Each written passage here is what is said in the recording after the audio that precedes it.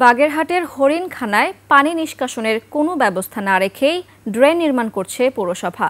স্থানীয়দের দাবি, অপরিকল্পিতভাবে নির্মাণ করা ড্রেন তেমন কোনো কাজেই আসবে না।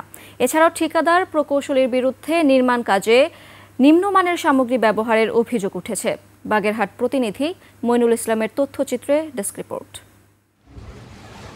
প্রতি বছর বর্ষা এলেই জলাবদ্ধতার কবলে পড়ে বাগেরহাট পৌরসভার বাসিন্দারা। জলাবদ্ধতা থেকে মুক্তি পেতে বাসিন্দাদের দীর্ঘদিনের দাবির মুখে অবশেষে ড্রেন নির্মাণের উদ্যোগ নেয় কর্তৃপক্ষ। ১,১০,৬৮,০০০ টাকা ব্যয়ে ৪১৫ মিটার দৈর্ঘ্যের নির্মাণাধীন ড্রেনটি এখন দৃশ্যমান। তবে বাসিন্দাদের অভিযোগ, যেখান থেকে ড্রেনটি নির্মাণ করা হচ্ছে সেখান থেকে নেই পানি নিষ্কাশনের অন্য কোনো পথ। এতে ভবিষ্যৎ সুবিধার বদলে গলার কাটা হবে এটি। অভিযোগ রয়েছে নিম্নমানের নির্মাণ সামগ্রী ব্যবহারেরও।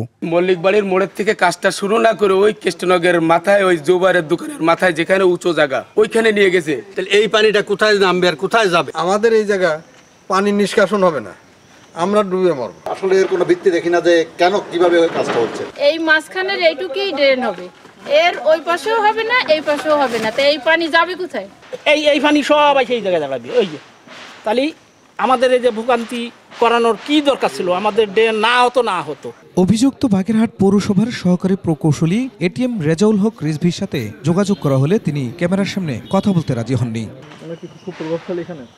তবে বিষয়টি খতিয়ে দেখার কথা বলছে পৌরসভা কর্তৃপক্ষ। সাইড লোকেশন প্ল্যান আছে, সেই অনুযায়ী তিনি ওটা বাস্তবায়নের কাজ তদারকি করেন। এই বিষয়ে যদি কোনো অনিয়ম বা গাফিলতি পরিলক্ষিত হয় তাহলে সংশ্লিষ্টতার বিরুদ্ধে কঠোর ব্যবস্থা গ্রহণ করা হবে। ড্রেনটি নির্মাণ কাজ চলতি বছরের জুলাইয়ে শেষ হওয়ার কথা রয়েছে। খুরশিদ আলম, ডেস্ক রিপোর্ট, ২১শে টেলিভিশন।